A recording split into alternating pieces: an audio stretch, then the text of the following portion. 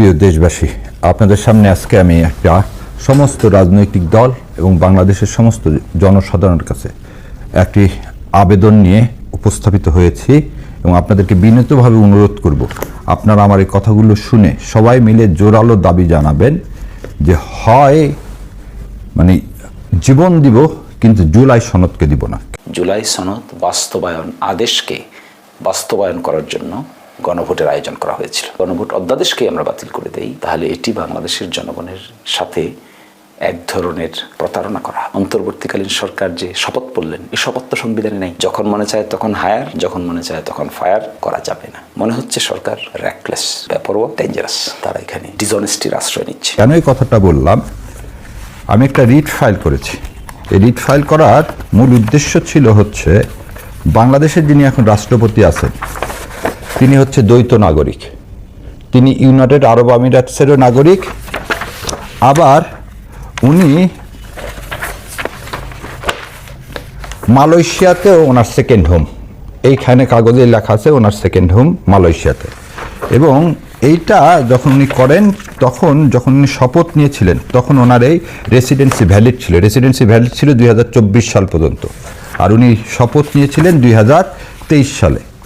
So বাংলাদেশের একজন রাষ্ট্রপতি যে সাংবিধানিকভাবে অযোগ্য রাষ্ট্রপতি হিসাবে প্রতিদ্বন্দ্বিতা করার ইভেন তাকে রাষ্ট্রপতি করা হলো।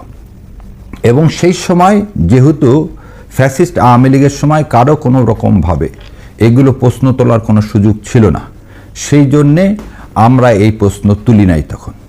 আজকে দেশবাসীর প্রয়োজনে কেন এটা তোলা হলো? দেখেন, এই রাষ্ট্রপতি কখনোই জুলাইকে ধারণ করেন না। তার প্রথম প্রমাণ হচ্ছে তিনি এই জনতার চোখ বলে একটি পত্রিকায় প্রথমে উনি এটা কত তারিখে দিলেন? 20 অক্টোবর 2024। 20 অক্টোবর 2024 সালে দিয়ে উনি এই সাক্ষাৎকারটা দিয়েছিলেন সেই সময় মতিউর রহমান চৌধুরীকে। মতিউর রহমান চৌধুরী সাহেবকে সাক্ষাৎকার দিলেন এবং সাক্ষাৎকার দিয়ে উনি কি বললেন যে সামরিক সচিব জেনারেল আদিলকে বললাম খোঁজ নিতে, তার কাছেও কোনো খবর নেই। কি বিষয়ে? চারিদিকে অস্থিরতার খবর, কি হতে যাচ্ছে জানি না, আমি তো গুজবের উপর নির্ভর করে বসে থাকতে পারি না, তাই সামরিক সচিব আদিলকে বললাম খোঁজ নিতে, তার কাছেও খবর নেই। প্রধানমন্ত্রী পদত্যাগ করছেন, এই পদত্যাগপত্র তার কাছে নেই। এই কথাটা উনি কি বললেন এবং উনি কি বলতেছেন? সেনাপ্রধান জেনারেল ওয়াকার জোন বঙ্গবন্ধু, তখন জানার চেষ্টা করেছি প্রধানমন্ত্রী পদত্যাগ করেছেন কিনা, একই জবাব, শুনেছি তিনি পদত্যাগ করছেন। মনে হয় সে সময় পাননি জানানোর। সবকিছু যখন নিয়ন্ত্রণ হলো তখন একদিন মন্ত্রিপরিষদ সচিব এলেন পদত্যাগ পত্রের কপি সংগ্রহ করতে, তাকে বললাম আমিও খুঁজছি। এক পর্যায়ে প্রেসিডেন্ট বলে এ নিয়ে আর বিতর্কের কিছু নেই। সো প্রথম কথা হলো তিনি বাংলাদেশের জুলাইকে বিতর্কিত করার জন্য প্রথম কথাটাই বললেন যে শেখ হাসিনা পদত্যাগ করছেন কিনা এ বিষয়ে তিনি অবগত নয়, এবং তার মিলিটারি সচিব সহ তার মন্ত্রিপরিষদ সচিব সহ কেউ সেদিন সে পদত্যাগপত্র খুঁজে পাননি। পরবর্তীতে সারা দেশের মানুষ যখন এটা নিয়ে আন্দোলন সংগ্রামের ডাক দিল তখন উনি বললেন যে ঠিক আছে, বিতর্ক করে লাভ নেই, উনি চলে গেছেন, সো উনি আর প্রধানমন্ত্রী নাই। এই করে তিনি বাংলাদেশের যে জুলাই আন্দোলন, জলীয় উদ্ভুত্থান, সেই উদ্ভুত্থানকে তিনি কি করতে চাইলেন? তিনি সাবসার্ভিয়েন্ট করতে চাইলেন, তিনি উদ্ভুত্থানকে স্বীকার করতে চাইলেন না। তারপর তিনি রয়টার্সে একটা বিবৃতি দান করলেন। রয়টার্সের বিবৃতির পরে সেদিন তিনি কালের কণ্ঠ পেপারে তিনি আবার একটি সাক্ষাৎকার দিলেন এবং এই সাক্ষাৎকারে তিনি তার বসার ভঙ্গিটা দেখেন, কি অধ্যত্বপূর্ণভাবে তিনি বসলেন। এবং তিনি খালি বসলেনই না, তিনি তার পুরা সাক্ষাৎকারে তিনি জুলাই নিয়ে একটি টু শব্দ করলেন না। তাহলে যে রাষ্ট্রপতি হওয়ার অযোগ্য, সেই রাষ্ট্রপতিকে কিভাবে বাংলাদেশের মানুষ ধারণ করবে? দ্বিতীয় কথাটা, রাষ্ট্রপতি সম্মানিত বিরোধী দল যারা আজকে মেজরিটি পাইছেন, যারা আজকে ক্ষমতা গ্রহণ করছেন, সেই বিএনপি রাষ্ট্রপতিকে সবসময় রেখে দিতে চাচ্ছেন। সেই বিএনপি এই 72-এর সংবিধানের বারবার দোহাই দিচ্ছেন যে এই সংবিধানের বাইরে গিয়ে আমরা কোনো কাজ করব না। সেই জন্যে গতকালকে আমি মাননীয় প্রধানমন্ত্রী বরাবর একটি দরখাস্ত করি। এই দরখাস্তে আমি দেখিয়েছি যে এই সংবিধানের মধ্যে থেকে এই সংবিধানের মধ্যে থেকে কিভাবে রাষ্ট্রপতিকে ছাড়াই সংসদ ডাকা যায় এবং সংসদের প্রথম অধিবেশনে ভাষণটা কেমন করে রাষ্ট্রপতিকে ছাড়াই আর একজনকে রাষ্ট্রপতি নির্বাচিত করে দেওয়া যায়।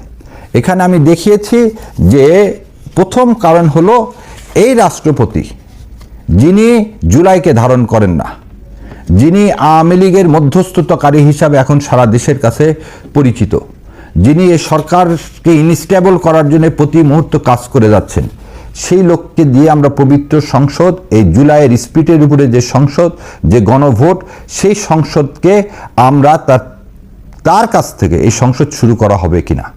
এখানে বলা আছে আর্টিকেল 54-এ অন্য কোনো কারণে রাষ্ট্রপতির দায়িত্ব পালনে অসমর্থ হলে, আর আর্টিকেল 75(3)তে বলা আছে সংসদ কার্যক্রম বিধি অনুযায়ী যদি স্পিকার ডেপুটি স্পিকার না থাকে তাহলে যে কোনো সংসদ সদস্যকে স্পিকারের দায়িত্ব পালন করা যায়।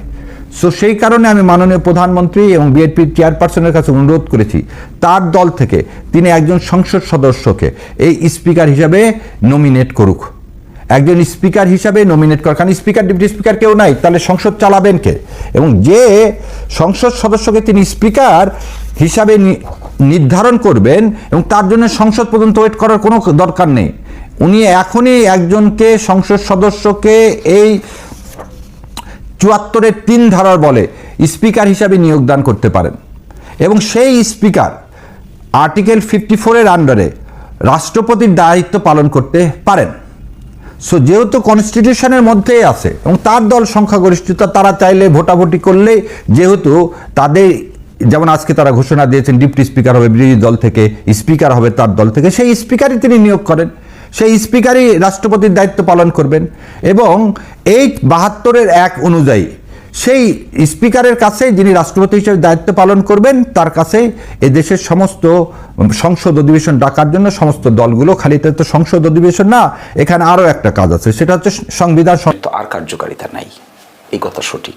কত তারিখে গণভোট হবে, কি কালারের ব্যালট হবে, কিভাবে গণনা হবে, কিভাবে ব্যালট বাক্স হবে, এই গণভোট তো আবার হবে না। সুতরাং এই আইনের কার্যকারিতা থাকছে না। কিন্তু একটা ইম্পর্টেন্ট প্রশ্ন, গণভোটের রেজাল্টের কী হবে? গণভোট তো ইতিমধ্যে হয়ে গিয়ে প্রায় 69% মানুষ গণভোটে রায় দিয়েছে। একটি প্রশ্নের অধীনে 4টি ডিফারেন্ট কোয়েশ্চেন। তার গণভোট অধ্যাদেশের পিছনে ঐকমত্য কমিশনের 30টি বিষয়ের সংযুক্তি আছে।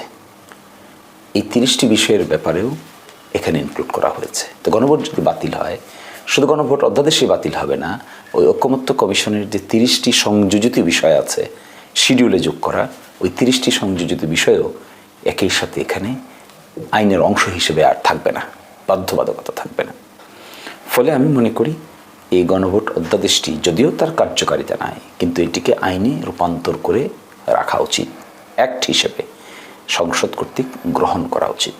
যদি এটা গ্রহণ করা না হয়, অটো বাতিল হয়ে যায়, তাহলে there will be bad message to the nation. আচ্ছা, এখানে গণভোটের যে ফলাফল, এটি কি আসলে বাতিল করার কোনো সুযোগ আছে? একটি গণভোটকে রিপ্লেস করতে গেলে ট্র্যাডিশন অনুযায়ী আরেকটি গণভোট লাগে। গণভোট কিন্তু আমাদের বর্তমান সংবিধানে গণভোটের বিধান যেভাবে আমরা আয়োজন করেছি এভাবে নাই। আমরা আয়োজন করেছিলাম জুলাই সনদ বাস্তবায়ন আদেশকে বাস্তবায়ন করার জন্য গণভোটের আয়োজন করা হয়েছিল। এই যে আয়োজন করা হয়েছে, যে প্রক্রিয়া, এটা করা হয়েছিল ঐকমত্যের ভিত্তিতে। সাংবিধানিক রীতি পদ্ধতির ভিতরে, অনুচ্ছেদের ভিতরে কিংবা আর্টিকেল 142 অনুচ্ছেদে এই পদ্ধতিতে গণভোটের কথা বলা নেই। তো গণভোটটা আয়োজন করেছিলাম আমরা এই জন্য যে সংস্কার প্রস্তাবগুলো যেন পরবর্তী পার্লামেন্ট এবং সংসদ সদস্যদের উপরে বাধ্যকর হয়, এই ব্যাপারে বাংলাদেশের জনগণ তার মতামত প্রকাশ করুক। প্রশ্ন এসেছিল ঐকমত্য কমিশন তো শুধুমাত্র রাজনৈতিক দলের প্রতিনিধিদের আলোচনা করছেন, জনগণ তো তার মত প্রকাশের সুযোগ পাচ্ছেন না। তখন প্রশ্ন হলো কিভাবে আমরা জনগণের মত নিতে পারি? তখন সকলেই একমত হয়েছিল যে গণভোট সবচাইতে গ্রহণযোগ্য মাধ্যম। সেই গ্রহণযোগ্য মাধ্যমে এটিকে নেওয়ার পরে এখন যদি তার রেজাল্টকে আমরা বাতিল করি কিংবা গণভোট অধ্যাদেশকে আমরা বাতিল করে দেই, তাহলে এটি বাংলাদেশের জনগণের সাথে এক ধরনের প্রতারণা করা হবে। আচ্ছা, একবার সাংবিধানিক ইস্যু নিয়ে যদি গণভোট বাতিল করা হয় সেক্ষেত্রে মানে পূর্ববর্তী যে পার্লামেন্ট ছিল এই পার্লামেন্ট ডিজলভ করা হয়েছে রাষ্ট্রপতির আদেশে, তখন প্রধানমন্ত্রী ছিলেন না। তো এই বিষয়টা কি কোনো জটিলতা তৈরি হতে পারে কি না? খুব ইন্টারেস্টিং প্রশ্ন। দেখুন, যে প্রক্রিয়ার মধ্য দিয়ে আজ পর্যন্ত আমরা এসেছি তার সমাধানগুলো যদি সংবিধানের ভিতরে খোঁজা হয় তাহলে বড় ধরনের ভুল হবে, এবং এই ভুলটি সরকারি দল করতে যাচ্ছেন। আমি যে দুইজন বিখ্যাত আইনজীবীর কাছে আইন শিখেছি তার মধ্যে একজন হলেন ব্যারিস্টার আব্দুর রাজ্জাক, আরেকজন হলেন খন্দকার মাহবুব হোসাইন। ওনারা বলতেন যে সাংবিধানিক প্রশ্ন নিয়মের বেড়াজালে সমাধান করা যায় না, এগুলোকে সমাধান করতে হয় জনগণের ইচ্ছার বহিঃপ্রকাশ হিসেবে। দেখুন, অন্তর্বর্তীকালীন সরকারের প্রথম কাজ কি ছিল? বেগম খালেদা জিয়ার মুক্তি, প্রথম আদেশ। এবং গণভবন থেকে সরকার গঠন করার আগে রাষ্ট্রপতির আদেশে বেগম খালেদা জিয়াকে ঐকমত্যের ভিত্তিতে সবাই মুক্ত করে দিয়েছেন। তখন তো প্রাইম মিনিস্টার ছিল না। প্রাইম মিনিস্টারের পরামর্শ ছাড়া কি রাষ্ট্রপতি কোনো আদেশ দিতে পারেন? উত্তর হলো না। তাহলে দিলেন কেমন করে? বিরাট প্রশ্ন। পরবর্তী প্রশ্ন, সরকার গঠন করার আগে রাষ্ট্রপতি বাংলাদেশ সুপ্রিম কোর্টের কাছে 106 অনুচ্ছেদ অনুযায়ী একটি অ্যাডভাইজারি মতামত চেয়ে পাঠিয়েছেন। তিনি কি করে পাঠালেন? প্রাইম মিনিস্টার তো নাই, কেউ তো তাকে অ্যাডভাইস করেনি। কে অ্যাডভাইস করবে? তখন তো অন্তর্বর্তীকালীন সরকারও নাই। কী করে হলো সেটা? আরেকটা ডেঞ্জারাস প্রশ্ন, সরকার গঠন করার আগে তৎকালীন অ্যাটর্নি জেনারেল নিয়োগ হয়েছিলেন। অ্যাটর্নি জেনারেল নিয়োগ করেছেন রাষ্ট্রপতি। কি করে করলেন? প্রাইম মিনিস্টার তো নেই, কে রাষ্ট্রপতিকে অ্যাডভাইস করলো? আশ্চর্যজনক বিষয়। এখন তারা এসে সংবিধানের যে সমস্ত কথা বলছেন, আমার ধারণা কোনো ব্যক্তি বিশেষের চিন্তাকে প্রাধান্য দিতে গিয়ে সরকার একদিকে ঝুঁকে পড়েছে। এটি সঠিক নয়। একইভাবে আপনি দেখেন, বাংলাদেশ সংবিধানে অন্তর্বর্তীকালীন সরকারের তো কোনো কনসেপ্ট নেই। ও কোথা থেকে আসলো? তৎকালীন দিনে অন্তর্বর্তীকালীন সরকার যে শপথ পড়লেন, এই শপথ তো সংবিধানে নেই। কি করে পড়লেন? আরও ডেঞ্জারাস প্রশ্ন, এসব কিছু করার পরে 133টা অধ্যাদেশ জারি হলো। এই 33টা অধ্যাদেশের জারি হওয়ার জন্য রাষ্ট্রপতি প্রধান উপদেষ্টার পরামর্শক্রমে অধ্যাদেশ জারি করবে।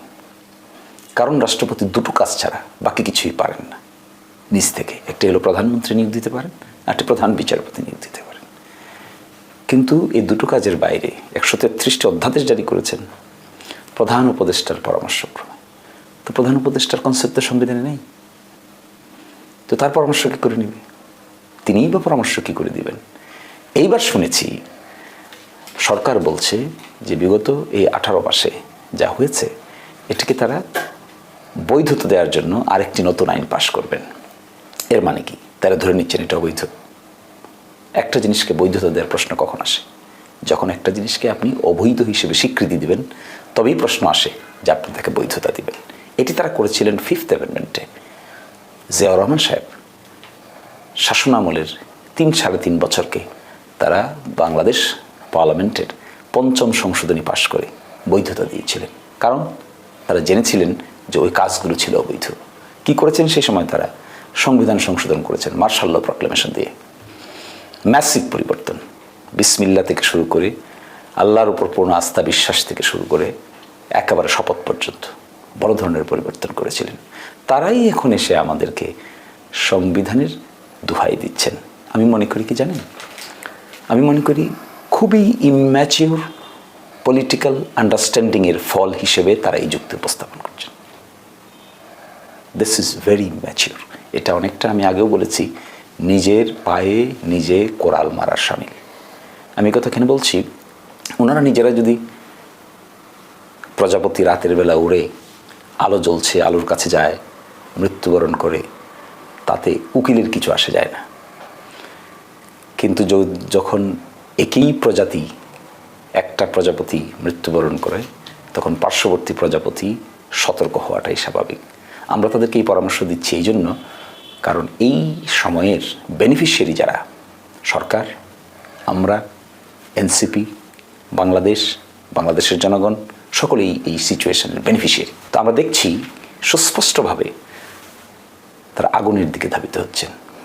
এই জন্যই আমরা পরামর্শ দিচ্ছি, অন্য কিছু কারণ নেই। আচ্ছা, এখানে একটা বিষয় আসছে, সংসদেও বলেছেন এবং সংসদের বাইরেও জামাতের নেতৃবৃন্দ বলেছেন যে সংস্কার কমিশন সহ যে বিষয়গুলো অন্তর্বর্তী সরকারের সময় অধ্যাদেশ আকারে জারি হয়েছে এবং সরকার যদি এই জুলাই সনদ বাস্তবায়ন না করে তাহলে রাজপথে নামবে।